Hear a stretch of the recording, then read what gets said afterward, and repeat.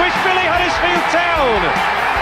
The most famous goal of Quishbilly's life. Is this the moment for Lee Fowler? It is! Take your place in Division 2, Huddersfield Town. Champion Steve Simonson's boots now. He's missed! Steve Simonson clears the flame of the goal and collapses in a heap of tears. Huddersfield Town are promoted. Mustafa Schindler has a chance to write his name in Huddersfield Town legend. And he takes that chance!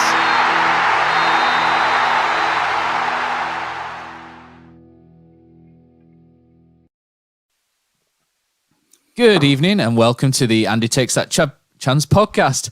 The Easter Bunny has been and he's left some lovely Easter eggs for Huddersfield Town fans everywhere. A first win in 36 years in Middlesbrough as Town cut through the smog, a reappearance of Naby Moore, Harry Toffolo turning into a goal machine, and a microphone for our beleaguered podcaster Dan Poz and Jonny. We're going with a power trio today as Cozzy is rolling eggs down a hill somewhere.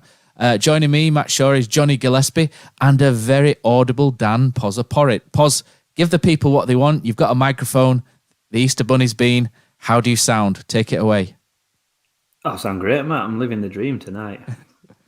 Let us know online. So we've got some people, 25 people watching online. So good evening, everybody. What a great day it's been as well for everyone. Poz, let us know how Poz sounds. So good evening to everyone. And let us know in the comments as well what you thought of today's game against Middlesbrough and Huddersfield Town. And we'll read out the best ones towards the end as well. So thanks for everybody for joining us. Right, my Alexa's going off. I said absolutely nothing like that, but never mind. Right, okay, guys. So this episode is sponsored by Magic Rock Brewing. If you use the code AHTTC10 at checkout on magicrockbrewing.com, you'll get 10% off your lovely orders, and I believe it's still free delivery for anything over £40 as well. So if you guys need your goodness for the run-in this season, then what better place to look than Magic Rock?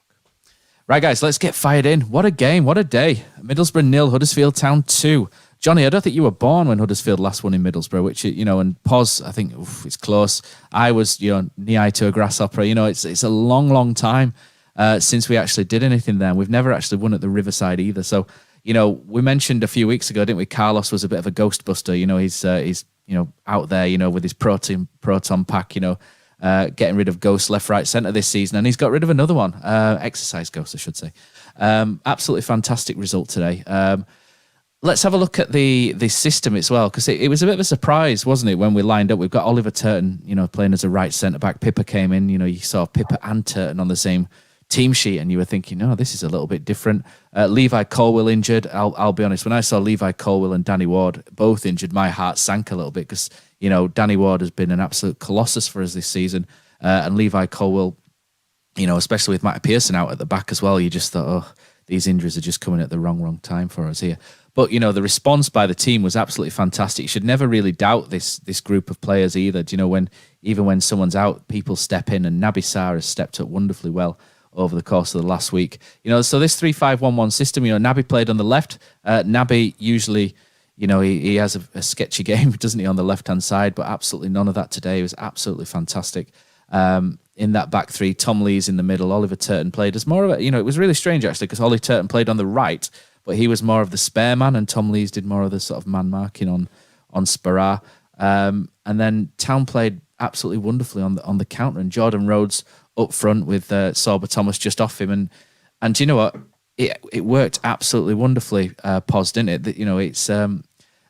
It was just the absolute perfect away performance, you could say. Fantastic, mate. Yeah, I must admit I was very similar to yourself. Not so much with Colwill injured and Sarr coming in, because, I think Sarr is... I think they would not give him as much credit as he probably deserves. Naby Moore, yeah, he'd make some, ridiculous choices at points, and your heart is in your mouth. But he is a pretty, decent defender for this level. So I weren't too concerned by that. But very much like yourself, Matt, with Ward not playing, I were really concerned about that, because we sort of shoved Thomas up front, QPR, and it didn't really work. I've seen Rhodes play up front by himself a couple of times, and that's not really worked. So we're a little bit sort of cautious and a little bit, downbeat on going into it, looking at who we're missing. But as you say, the system itself that we did play kind of, worked really, really well. Sorba just in behind Rhodes, and I don't know what's happened to Rhodes over this last week or so, but he must have sort of turned back time, because he was like Jordan Rhodes of old today. Where, like Cher. That's how I remember him. I've told my kids about how good Jordan Rhodes was, and they must have think I've gone balmy, because they've not seen anything like that from him since he's sort of come back. And when he put that ball in today, when that ball was slipped through to him, even on his left side, you kind of knew there were only one outcome when that ball fell to him, and 2-0, and fantastic. To be able to sort of go into the last 20 minutes or so with looking comfortable, really. I don't think Borough really threatened us at any point. So absolute massive credit there to Carlos for changing that. I've always sort of looked at Town Squad and thought that sort of system would work. There's the 3 centre halves and the 2 wing backs. We seem to have sort of toyed with it in bit part this season, but we sort of set up like that today, or that's how it showed it on Sky anyway before the match. The setup, and every credit to everybody. It worked really well. Start second half had a few people, he's chatting as match goes on and stuff. We're sitting a bit deep, but again, we never really looked threatened, and we looked really threatening actually playing on the break. Karoma today could have had at least a couple if his finishing had been a little bit quicker and a little bit better. So it could have been even more comfortable than what it was at 2-0. So a great away day. And I know we're going to come to talk about QPR, but after that performance where we looked a little bit slow, a little bit off the pace, it were really nice to see that reaction. And I think we've done that a couple of times this season. Now we've had a game where we maybe not have been at his best, and you start to think, we've got tired legs out there, have we kind of run his race already? And then we followed it up with a great performance, and that's what happened today. So literally cannot be more pleased with Carlos and how he set up, and the players that were out on the pitch that got the result, and a brilliant Easter Monday for us. What a great time to score as well, Jonny, because it was just at a time when Middlesbrough had started to knock a little bit, wasn't it? And, Sorba Thomas had, we'll talk about Sorba's injury and the possible ramifications of that in a little while. But, Middlesbrough had just started to press a little bit more, hadn't they, and come back further into the game, because Town had them at arm's length, really. And then Town scored at the perfect time, because, as I say, goals change games, don't they? And this certainly did. And it's Sorba Thomas had taken a real sort of clattering. I think it was Mark Bowler, wasn't it, the left back, and it was innocuous. There's nothing really wrong with the challenge. It's just one of those impact injuries, isn't it? And Sorba, I thought what was really great about this is you watch Jordan Rhodes' run as well. He starts really on the left hand side, looking really disinterested, and he just kind of walks around the whole back of it, doesn't he? Until he finds himself in space at the back. Sorba's seen it. He has a word with Sorba, and then just walks around like he's completely disinterested at the back. And then all of a sudden his run comes, but it's the ball from Sorba as well. That it's such a Jonny. We've all played, haven't we? Okay-ish level, and the ball from Sorba is really good because it's really easy to whip a ball. Well, easy, but it's easier to whip a ball, isn't it, into the box? But to stand it up and curl it like that, so it just sort of stops for Jordan Rhodes. It's especially when you're so straight as well, sort of 25 yards out, and you don't have that angle to whip it. It was a really fantastic ball to the far post. Jordan Rhodes really unselfish.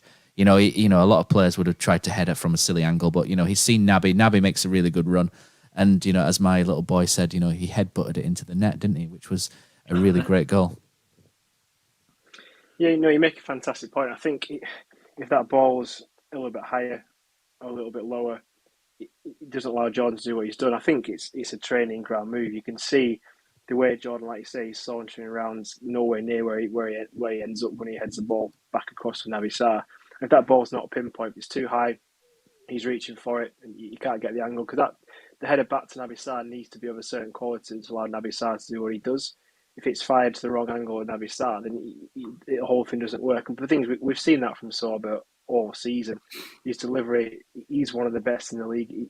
He is consistent with it in the sense that he's at this level. He's never going to hit the ball every single time. But again, for this level, he's consistent and can deliver a ball.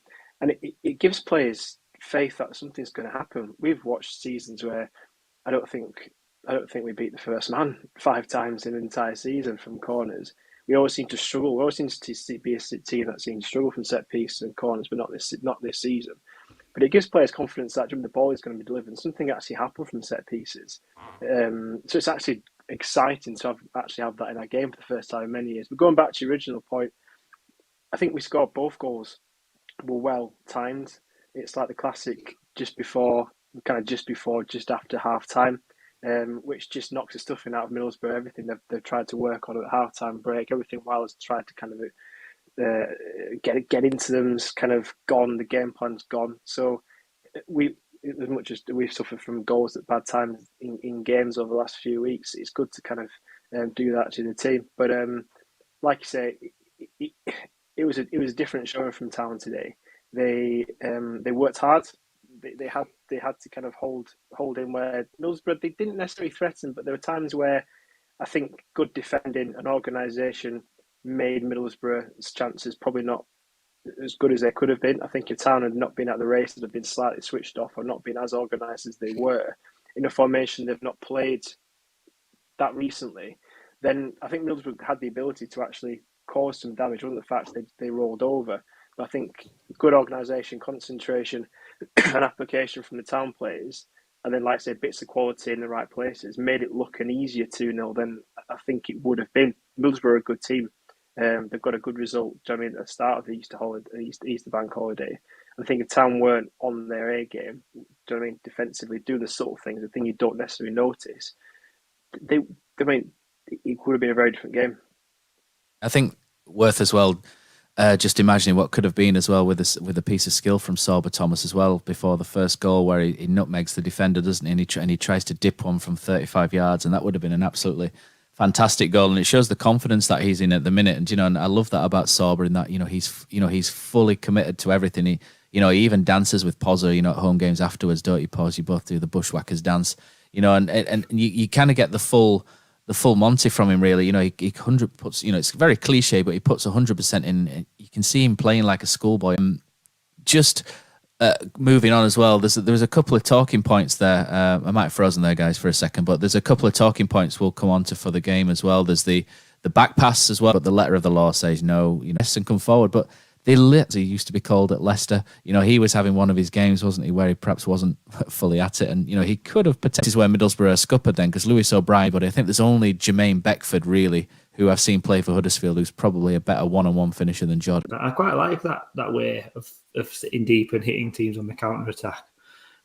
We've probably play on the counter attack because we kind of, like I said, we always seem to think of at the top of my head where on another day, he takes his shot a little bit earlier, and who knows what could happen? It could have been quite easily 3 or 4, and you'd have had everyone kicking off on Twitter like they do, saying, "Can't believe Huddersfield are top of the league or whatever because they play crap football." But today were totally different for me. It weren't like that. It were a well thought out and a well planned performance, and everybody did what they had to do, and everybody were 6 or 7 out of 10 at least. A couple with a little bit more. So yeah, like I say, as an away performance goes, a clean sheet, 2 goals. What more do you want? There we go, guys, and we're back in the room. Sorry about that. Gremlins in Leeds. Who would have thought? Right, guys. Right, so let's carry on from where we were, if anyone can remember where we actually were. We were discussing the Middlesbrough game, weren't we? And in particular, we were talking about the second goal, I think, and the way that the second goal really typified Town's performance on the day. Like I was mentioning, Jonny, before the Gremlins, if you like. Town were defending largely in numbers, but they defended actually on the front foot despite being quite deep, and it's really typified in that second goal where Middlesbrough, there's a slight loose control and Pippers onto it in a flash, and he breaks up play, plays it to Lewis O'Brien. O'Brien, runs 30 yards to join the attack, and then plays in Jordan Rhodes, and the master rolls back the years like Mick Hucknall there, doesn't he? And he whips that into the top corner. It's a really fantastic moment, and really sort of a real shot in the arm to Carlos Corberán, really, because it just typified Town's performance on the day, how they set up, and it was a real vindication of everything that he'd done pre-game. Yeah, no, absolutely. I think it's one of them where you almost waited for the possession to be passed over, a bit like a basketball game. And as soon as we got the ball, we instantly looked dangerous. And it happened in a spell. It was almost like it was like a basketball game. We won the possession back, and before you're thinking, right, well, we were 3-on-3 at one point. Like you said, the chance where Lewis O'Brien out kind of keeps up to outpace as one of probably the paciest fullbacks in the league. Again, I don't know what he's just adding more string to his bow, isn't he, with a added pace. But yeah, it was really controlled, really measured, not an accident, well worked on football. Completely different to what we've done the last few games. And again, yeah, it worked really well. Possibly playing to around Jordan in that way. I think we play into Danny Ward a lot more as a way of kind of moving the ball to the field into him, back out, and then round back to finish and move off. We all know Jordan doesn't work that way.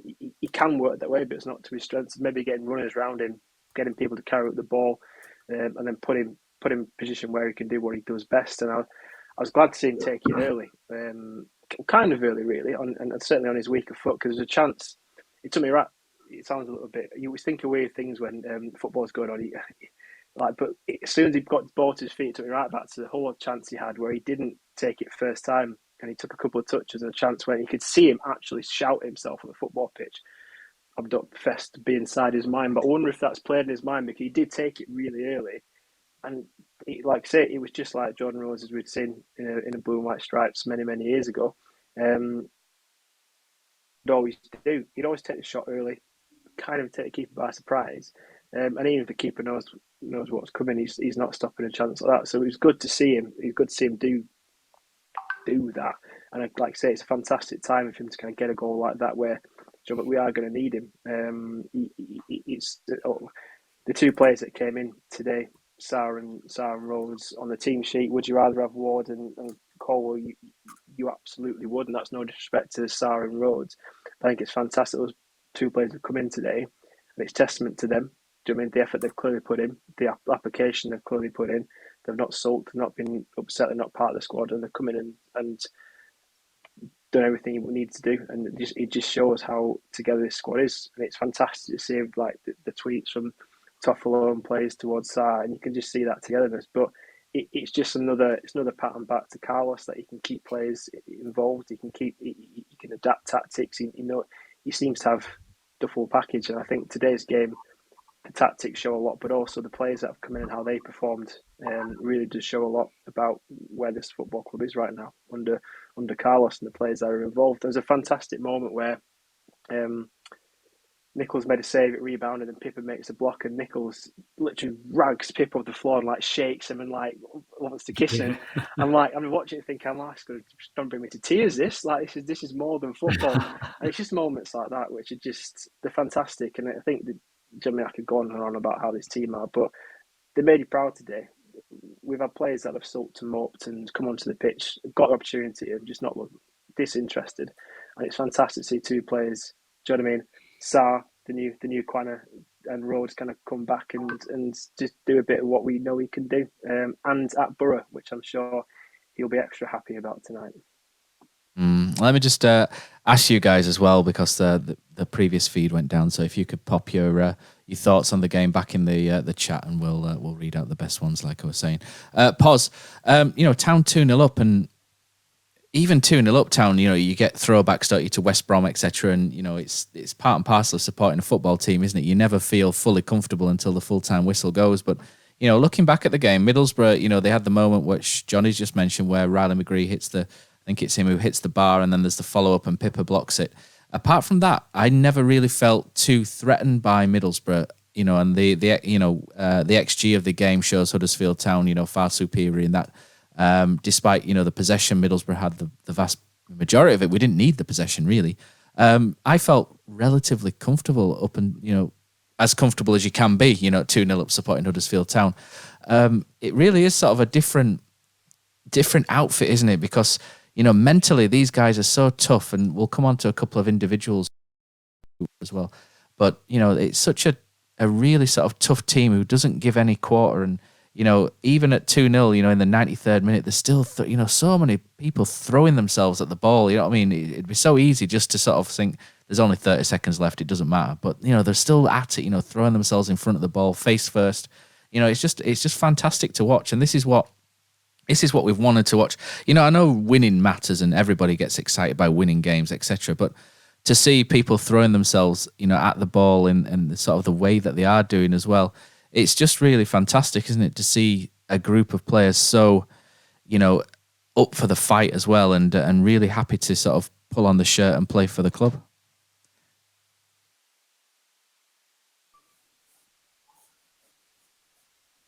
A little bit. It's gone a little bit. Chesty net's gone a bit funny again there, Poz. But I'm just saying how great it is Poz there, how great it is to see these guys play for the club, and how fantastic it is to see them put themselves on the line for the cause.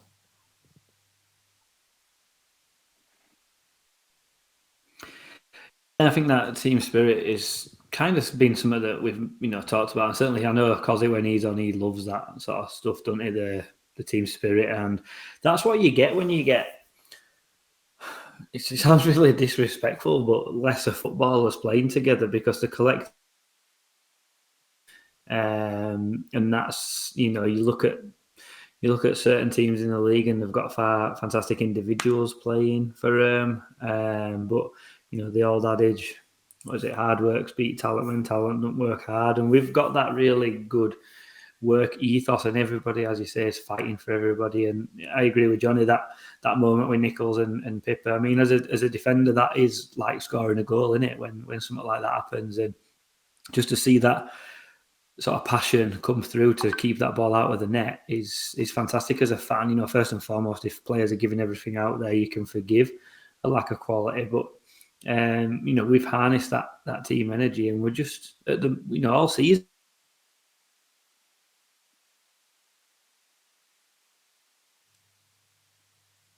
I sometimes go down and watch, and I think, do you know what? We're not that pleasing to watch, but we're really effective in what we do. We're third in league.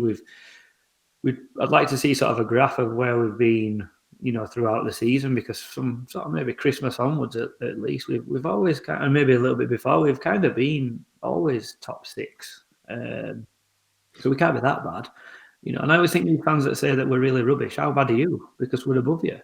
So if you're so great, why are you, below us? And I think a lot of the way that we play annoys people, because we're not spectacular to watch for 90 minutes. We have, we had odd spells where we play nice football, but we're very industrial. And like I say, with the sort of players that we brought in, that's what you need. You need that sort of togetherness. And yeah, one of the commentators said today, would you fancy playing Huddersfield? And I'm sat there thinking, if I were an opposition fan, probably not, because we're difficult to beat. We've kept a lot of clean sheets. As Jonny said earlier, set pieces, we're extremely dangerous from set pieces. So, we can do a full match of 80 minutes worth of defending and win 2-0 because we'll score 2 from corners, or, a free kick or something like that. So we're always dangerous. We don't need to be controlling the game. We don't need to be playing fast, fluid football for 90 minutes, because the way that we play and the way that we set up, and the way that we, fight for each other and battle for each other, and the quality that we have, it sees us through. And the proof is in the pudding, that the fact that we're sat third in league. It's all right playing nice football, but if you don't get your results, then it's ultimately pointless.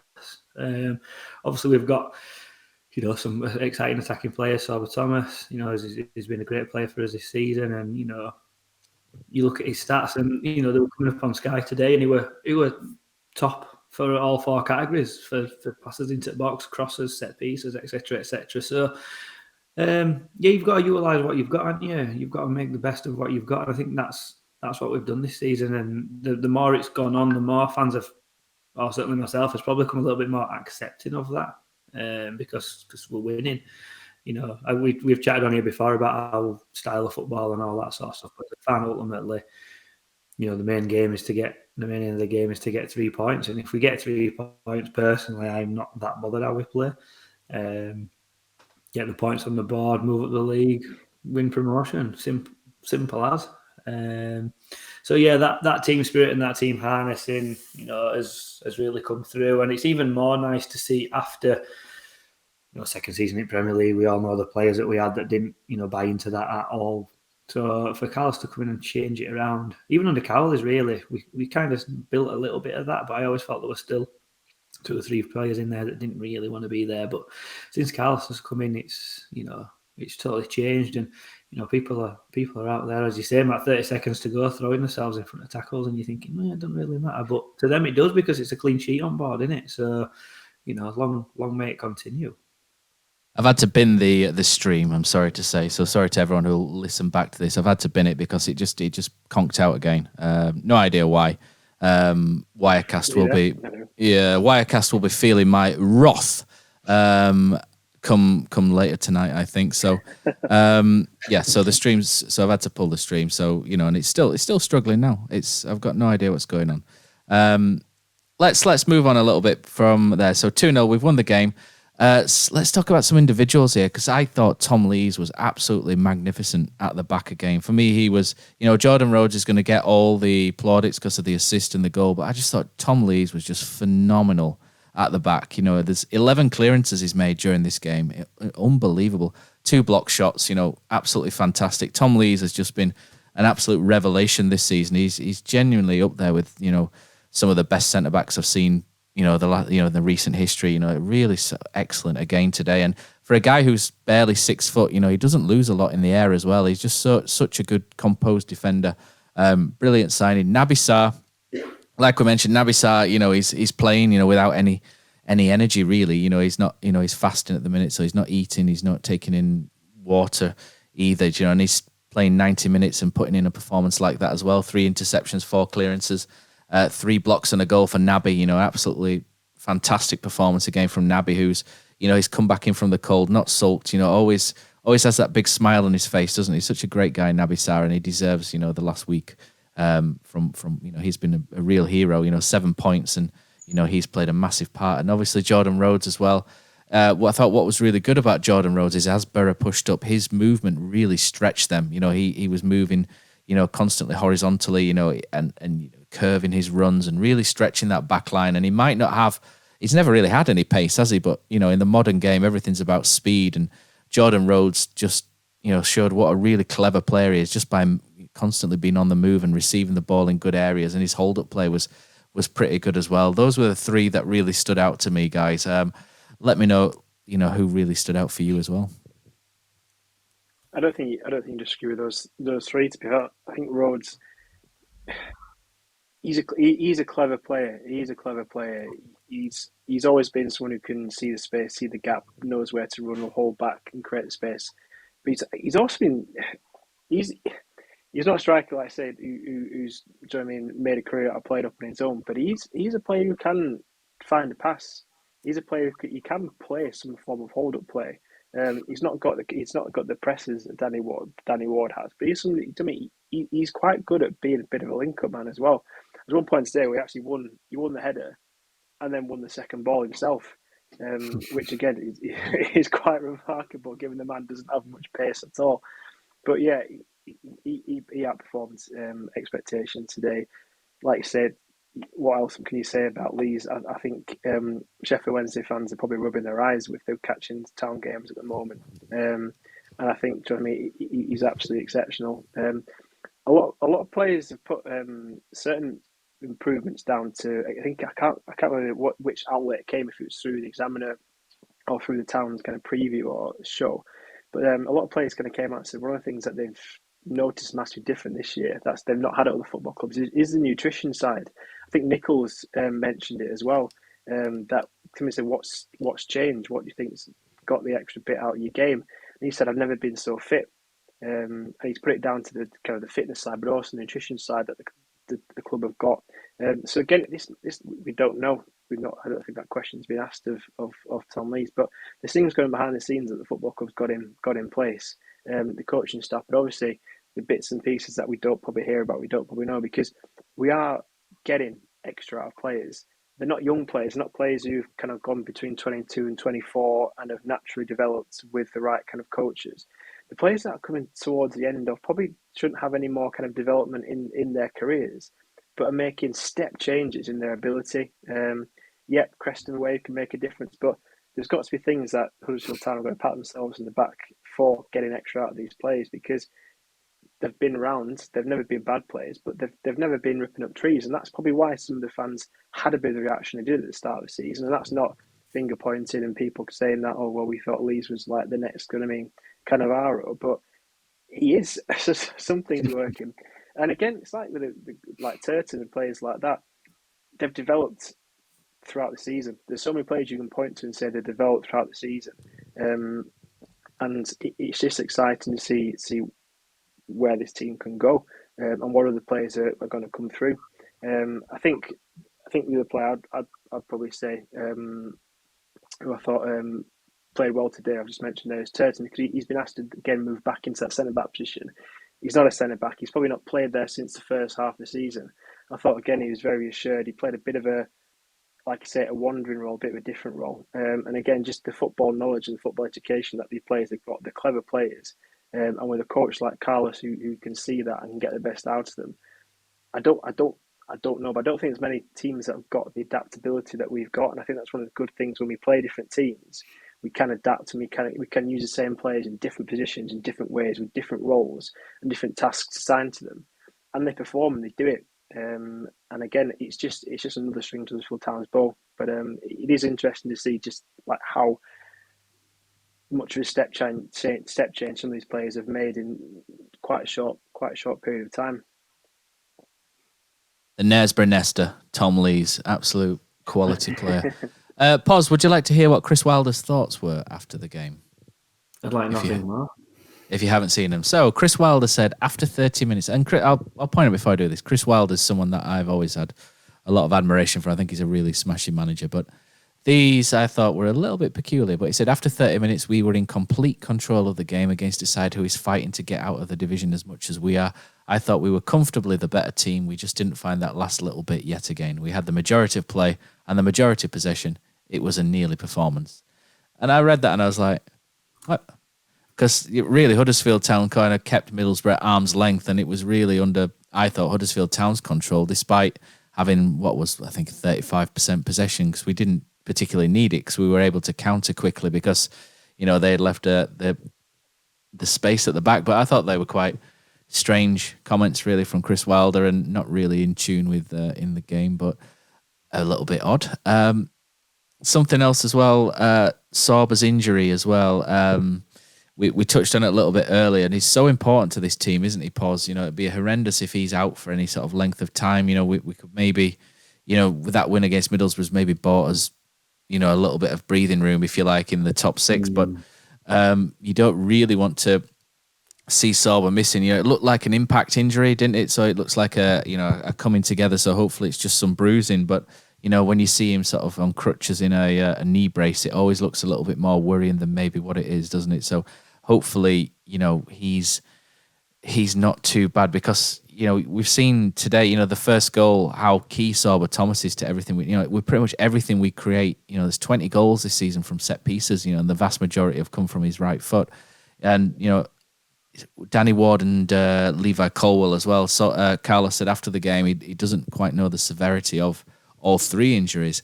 But Levi and Danny Ward don't look like long-term injuries, but they're all to have scans, I think, or in the process of having a scan. So touch wood for all three. But, Chris Wilder, bit odd, but Sorba Thomas losing him for any length of time would be very damaging, wouldn't it, Poz? Or even all three of them, really.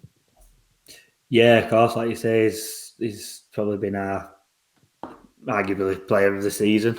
There's obviously shouts for other people, but your attacking players generally get it, don't they, for performances, which always used to annoy me as a defender, but we won't go there. I think he sort of made a sort of hobble across the pitch, didn't he, at the end, which to me is a good sign. And I've seen on Twitter somebody had bumped into him in services on way home, and were chatting to him, and he didn't, not literally, because that'd be catastrophic to have his other leg, knackered. But they were chatting to him inside, and he was sort of playing it down, but obviously he's going to sort of do that. He's not going to come out and say, I'm out for the season or whatever. So fingers crossed this scan. I think, like you say, might look more like an impact injury, so a bit of bruising, maybe a bit of swelling.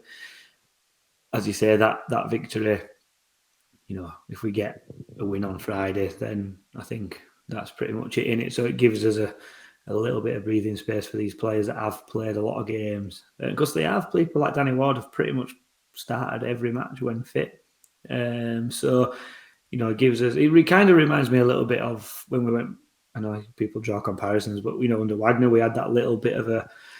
We'd qualified for playoffs with a couple of games to go. We rotated people around. We brought people in who hadn't played for a while, give them a little bit of experience. And sort of the players that had played a lot of games got a little bit of rest. And, that could be the case now with sort of Colwell, Ward and Thomas. If they're the pain at this point, you can rest them. So they're getting a rest. And players who haven't played as much, like Rhodes, can get a bit of game time in. So, qualifying for those playoffs early can negate, little issues like injuries to players. So, fingers crossed we come out on Friday and kind of go for it and, don't just think, we'll stumble over, let's get it nailed on, let's get it done with. And then it gives you that little bit of scope to maybe rest players who, carry in slight injuries. And, it's like if you're playing in a team that's doing well, even if you have got a little bit of a knock, you're going to want to play on it, aren't you? You're not going to want to sit out, so just buys you that bit of the time. But yeah, certainly someone like Sorba Thomas. I always think, I know you've chatted with me about it, Matt. I mentioned here about Danny Ward being so important, and without him, the kind of the system falls apart. But certainly Sorba Thomas as well, with his energy, with his enthusiasm, with just the spark that he can bring to the crowd as well. Not only playing football, but everything else that goes with him. He's always kind of morale. He's always, seemingly pouring out of his veins and stuff like that. So, yeah, it would be a massive shame to lose him. So fingers crossed, that scan doesn't reveal how serious, and maybe give Barnsley a miss, maybe give Coventry a miss and Bristol a miss, and hopefully we can, have him back full fitness for. I keep saying for these playoff games that we're going to have, because I just can't see us not getting them now. I think there's only Millwall and Borough that can catch us, is that right? And we have to lose all three, which I don't think will happen. So, yeah, we've just got to be sensible with it, haven't we? And play players that are ready to go. Yeah, it does. We are looking quite good in terms of the playoffs, and Forest are winning 3-0 against West Brom as we're recording at the minute, which is a shame because it'd be nice to see not Forest fall away, but they're not going to because they're a very good, very good side, very strong as well. But yes, looking at this now, Town are on 73 points with Millwall in 7th on 65, Blackburn on 63. So if Blackburn get 9 points, Blackburn can't catch us. Like you say, Middlesbrough can because they've got an extra game in hand. But yeah, so Middlesbrough and Millwall, the only ones who can really catch us by the looks of it. But, they can still get in, but obviously just not overtake us, and Luton are 2 points behind us as well, lurking. So it's all to play for still in there. But I'll throw that back to you now, Jonny. Yeah, I was just going to say, I think if Sorba Thomas's injury is a little bit serious, you should have a word with Johnny on, because he broke his neck, I think, towards the end of our promotion season and managed to come back. So whatever hospital he went to, I think he should book Sorba in. But yeah, I think, Johnny, we've got the luxury of a bit of time now. If we've got players who I think Cole was who's playing through a bit of an injury, he's obviously kind of sat out today. Whether that was to give a bit of rest or the injuries kind of forced him out now. If there are any players that have got a bit of a knock, then the Barnsley game, no disrespect to them, but the table doesn't lie. We should have enough to get, at least a point, which is probably all we need from that. It's that one where what do you start to do now? It seems to be is it a bit of a pattern where a few players are having a couple of knocks? Is it just coincidence, or is it the fact, like Poz has said, that a lot of these players have played a lot of minutes, and played hard for a lot of minutes? Do you start to pull back and do what Wagner did and rest a few, or do you kind of go with, you play your best team, you play a football, and you keep the form? And it's one of those things where I think every Town fan probably sits on the fence and ums and ahs over which one. We never really know what's the right answer. Does it really matter either way? Probably not. But I guess it's one of those things where now the focus shifts to a good result is everyone coming through unscathed. No big tackles, especially on certain players. And yeah, a point at Barnsley or a point in the next few games should be able to take care of itself. I guess the other thing is you can't be in too much control of this, but where do we want to play? We seem to be a bit more of an away team than a home team. Do we want to play at home second? Do we want to play at home first? I don't think managers think like this. I think it's very much a fan mentality. Certainly Carlos, I don't think would ever kind of think like that. It's not probably in his nature, but it'd be interesting to see what people's thoughts are about maybe how they would approach that, but also whether you'd rather play at home first or home second, given how well we've seemed to have done away recently. Don't know. I think it depends who we come up against, and I'm probably not going to look at that yet. But we are pretty poor in the playoffs at home, aren't we? We've never won a home game in the playoffs, so that's an interesting one. But yeah, it doesn't really matter, does it? no, so I'm not sure. But moving on to home games, we did actually have a home game on Friday against QPR, and I thought Town looked a little bit leggy in this one. QPR had an extra 2 days rest, I think, so perhaps that made a bit of a difference in this game.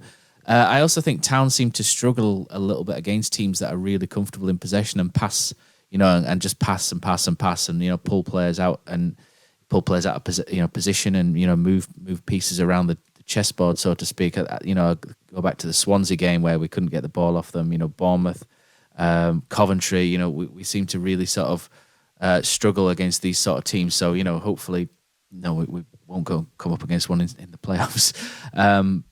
Touch wood if we get there, obviously. But QPR, I thought, played pretty well. They didn't look like a team that had lost 5 in a row. I thought Elias Chair was outstanding at number 10, and Sam McCallum, the left back, I thought gave Ollie Turton a bit of ran him a bit ragged at points in the sort of first half as well. But it was sort of a tricky game, and I think everyone looked at the Easter games, didn't they, and thought, do you know what, we can win the QPR one, but I would take a point against Middlesbrough and Luton. And it's funny, isn't it, how things turn around like that? And QPR, really, we were probably quite grateful, Johnny, for that point in the end, because QPR were probably the better team, you would say, on this occasion. Yeah, I say we seem to score and then not really do a lot. And I think QPR looked good. They certainly didn't look like a team that was lacking in confidence. They were comfortable on the football. They were comfortable creating chances. There were a few times before the goal came where they create opportunities, and we'd managed to, defend it just to prevent the goal. But yeah, we looked tired, which is interesting because I don't think we looked tired today. And you think if we were tired, you probably looked tired today. Ultimately, yeah, it's kind of the reverse of what you'd probably expect. Keep out of these game on paper. But it just, it's the age-old championship that it's not always what you predict is the way it's going to happen. I think one thing I think we've got to look at is that the QPR do have some very, very good players. If you could handpick some players out of their squad, they'd probably fit quite nicely into ours. I think Cher's one of the best players in the championship. He's always going to be a danger. He creates problems as well. If you've got a player like that, quite a few times, Town want to doubled up. On the first goal, you can see 2 players go to Cher.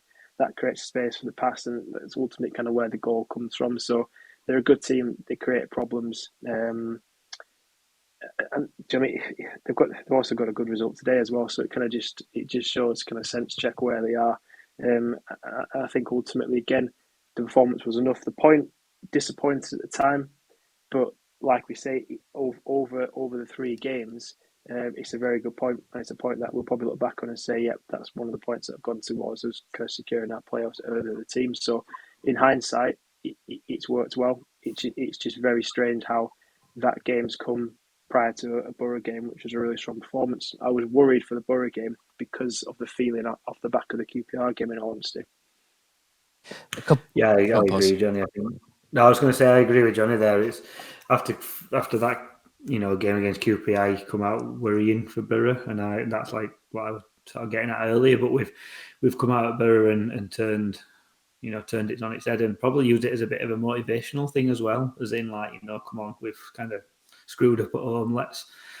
Let's go up there and try and get something. Because I honestly thought we'd probably get beaten today, and maybe I would have bitten your hand off for a point at 11 o'clock this morning, kind of thing. Especially then after seeing injuries and stuff. But if you take, I always said those 3 games, the Luton, QPR, and Borough, would be massive for us. Certainly when even QPR kind of tailed away, didn't they? But at the time they were up there, fighting for a playoff place. And I thought, do you know what? If we got 4 points out of those 3, then that'd be a decent return. So, the points that we've managed to get out of it is phenomenal, really. And yeah, it's been a decent sort of Easter period, really, hasn't it, for us, in results wise. And if you'd have said those results, if you'd have beaten QPR and drawn today, you'd have been over the moon. So I think, as Johnny quite rightly says, as a collective of results rather than a one-off, it's a good point. And we chalk it up on board to go with those other however many we've got, and end of the season they'll take us to where we need to be. You can look back and go, ooh,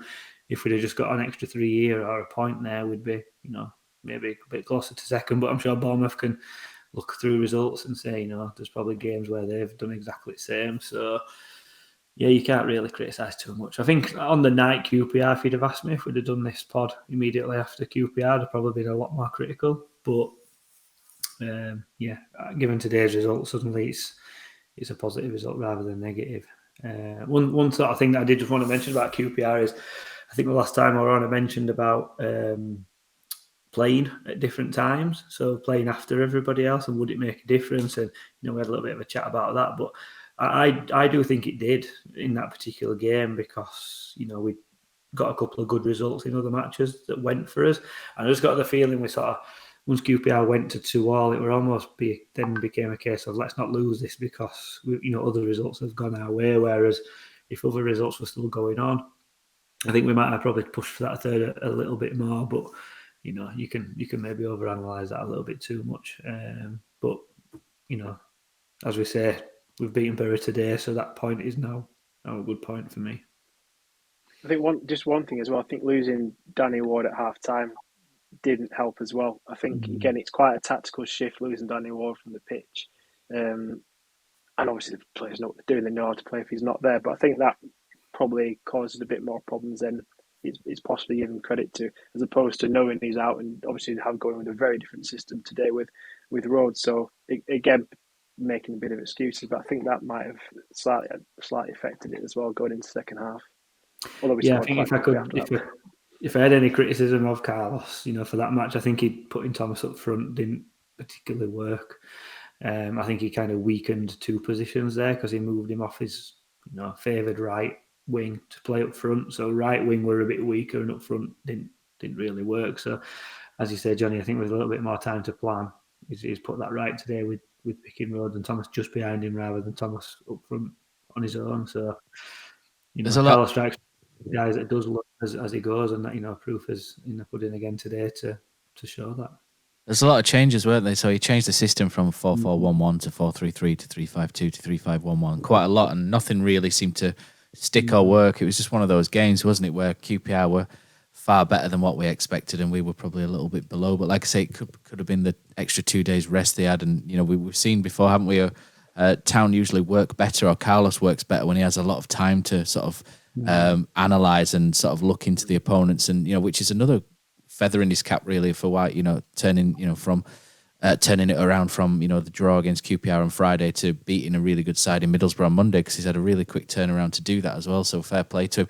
But a couple of other little notable points from the game: 300 appearances for Huddersfield Town for Jonathan Hogg. He'll be a brave man who dares take that first goal off him as well. Corner came in, great corner from Sinani. Jonathan Hogg won the near post flick on, and he went straight into the bottom corner. I don't think I'll argue with anybody at all, argue with Jonathan Hogg at all, whether that's his goal or not. I didn't see any deflection or anything, guys. I don't know about you lot, but for me, absolutely not. No, Hoggy's goal all day long. It's got to be. And the second goal I thought was an absolutely fantastic ball in from Ollie Turton. Real pace and whip on it.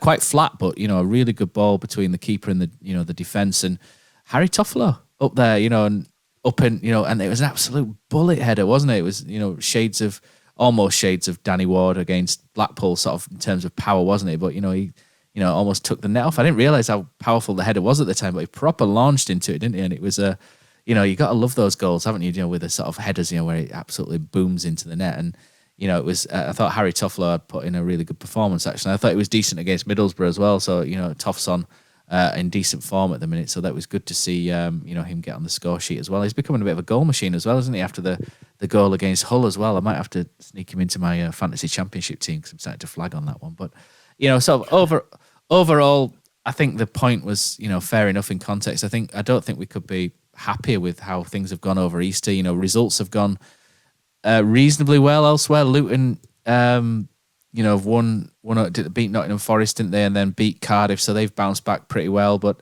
we've done really well. We've taken 7 points from 9 if we include the Monday against Luton. Nottingham Forest lost obviously against Luton, and then have won 4-0 tonight. So Nottingham Forest with a couple of games in hand. We'll probably be eyeing up third, and they've got that game against Bournemouth away to come as well, haven't they? So they, Nottingham Forest have probably still got half an eye on second, although the Luton games made that incredibly difficult for them. So that just leaves us to bob along and do what we want to do, because the whole focus from everybody on Sky and social media seems to be on Nottingham Forest and Bournemouth, and I think that's just the way we like it, isn't it? Just to carry on going under the radar. And even on Sky today, Don Goodman was saying, how everybody's sort of expected Huddersfield to fall out of the playoffs, and we've been there since.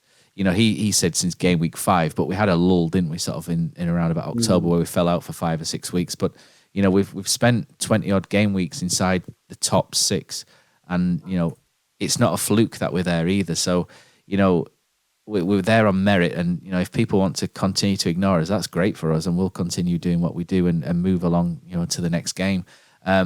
Speaking of that, there's just a couple of players where I'm looking at now, and I'm just wondering what's fully going on there. We've got Tino Anjorin came on, didn't he, against QPR, and Tino's had issues with injury, hasn't he?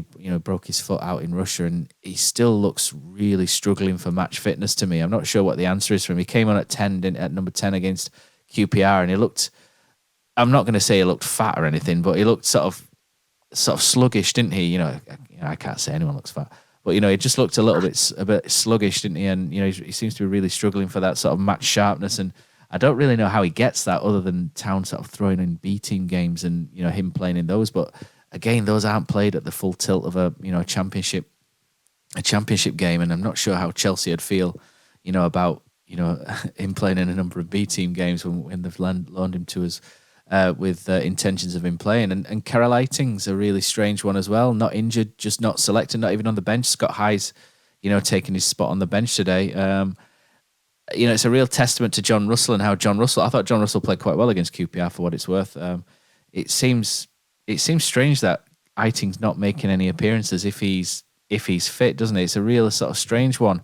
No one's really asked the question either as to where he is at the minute, and I presume it's just a case of John Russell playing well and him not being selected. And I think there's maybe an eye going forward as well, in that Eiting maybe won't be here next year, because he's only wanted that short-term contract, and to see him through to the end of the season. Maybe he doesn't see his long-term future here, so Carlos has got one eye going forward, with John Russell in midfield, and wants to play the player who's going to be here long-term. So it's just we're talking about these two because there's a little bit of noise on social media about them, but I'll turn that over to you two guys and see what you think about Tino and Carol.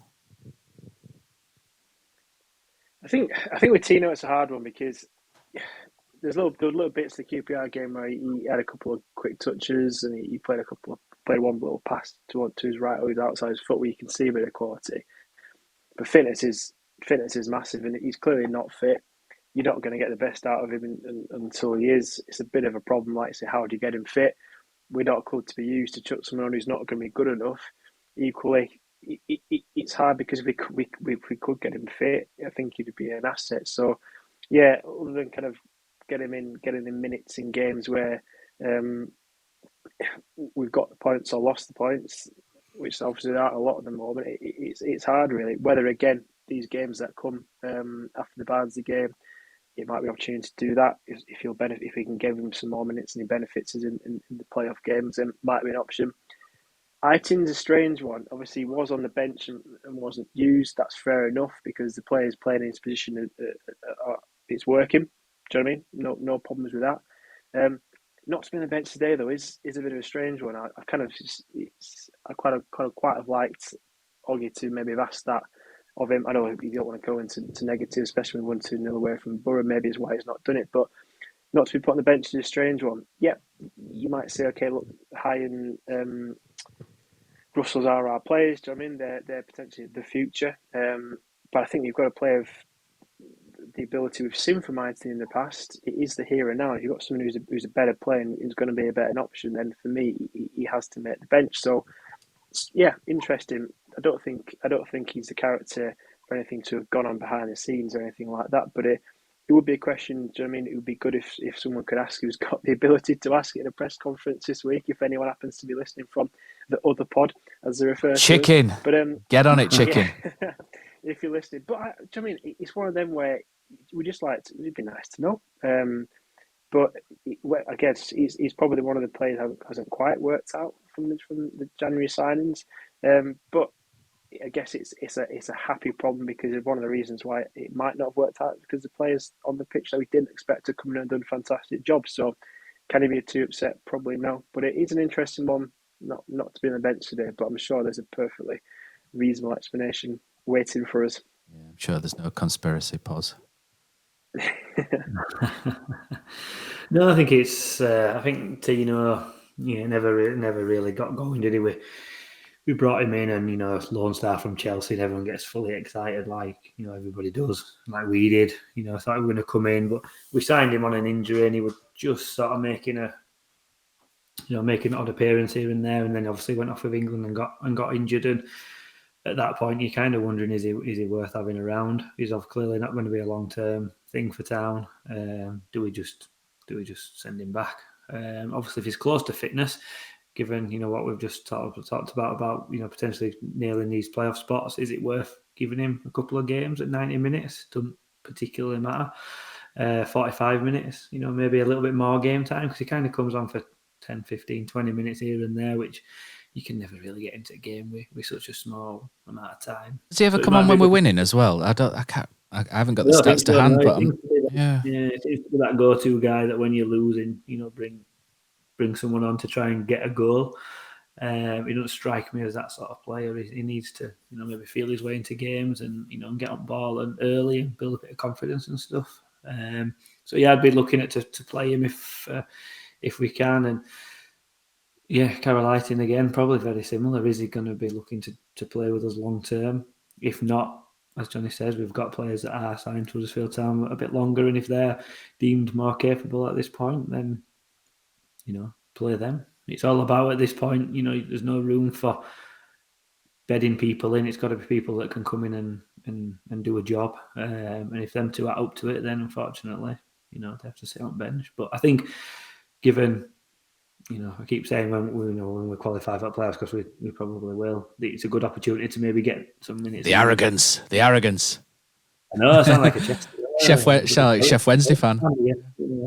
This is a really good opportunity, though, because if these guys are needed, if someone gets an injury in one of the legs or needed to play in a final because someone's knackered, then they need to have recent minutes. So it's a good opportunity for Carlos to have a look at them and see what they've got. I think that's probably a good place to finish the podcast as well. So sorry for the problems we've had online. It's thrown me completely as that, trying to fix that and host the podcast as well. But I'm sure we'll be back in time for the next instalment after the Barnsley game. Speaking of the Barnsley game, tune in later this week. I'm sure Brady will bring a new version of the warm up out for you guys as well, so you can get that one under your belt as well, and tune up for the Barnsley game, which is obviously on Friday night as well.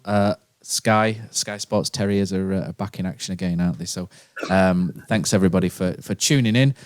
Sorry we can't read any of your comments out because the like I say, the stream went offline and sadly it took the comments with them. So that's the shithousery I'm working with this week, unfortunately. But thanks for everybody for being patient with us, and we'll be back again in about a week's time.